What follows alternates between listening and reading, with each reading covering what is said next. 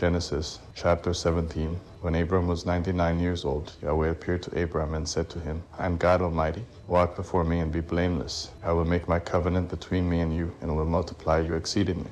Abram fell on his face. God talked with him, saying, As for me, behold, my covenant is with you. You will be the father of a multitude of nations. Your name will no more be called Abram, but your name will be Abraham, for I have made you the father of a multitude of nations. I will make you exceedingly fruitful, and I will make nations of you. Kings will come out of you. I will establish my covenant between me and you and your offspring after you throughout their generations for an everlasting covenant, to be a God to you and to your offspring after you. I will give to you and to your offspring after you the land where you are traveling, all the land of Canaan, for an everlasting possession.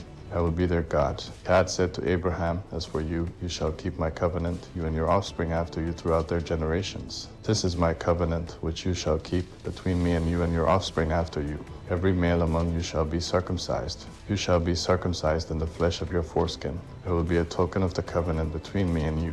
He who is 8 days old shall be circumcised among you, every male throughout your generations, he who is born in the house, or bought with money from any foreigner who is not of your offspring. He who is born in your house, and he who is bought with your money, must be circumcised. My covenant shall be in your flesh for an everlasting covenant. The uncircumcised male who is not circumcised in the flesh of his foreskin, that soul shall be cut off from his people. He has broken my covenant. God said to Abraham, As for Sarai your wife, you shall not call her name Sarai, but her name shall be Sarah. I will bless her, and moreover I will give you a son by her.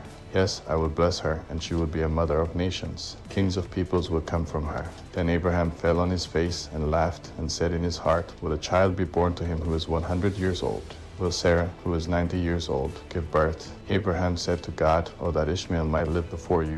God said, No, but Sarah, your wife, will bear you a son. You shall call his name Isaac. I will establish my covenant with him for an everlasting covenant for his offspring after him. As for Ishmael, I have heard you. Behold, I have blessed him, and will make him fruitful, and will multiply him exceedingly.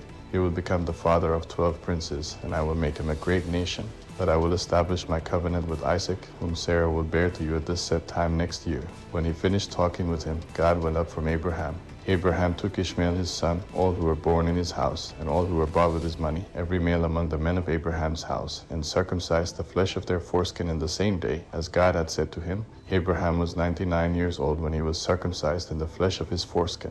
Ishmael, his son, was 13 years old when he was circumcised in the flesh of his foreskin. In the same day both Abraham and Ishmael, his son, were circumcised. All the men of his house, those born in the house, and those bought with money from a foreigner, were circumcised with him.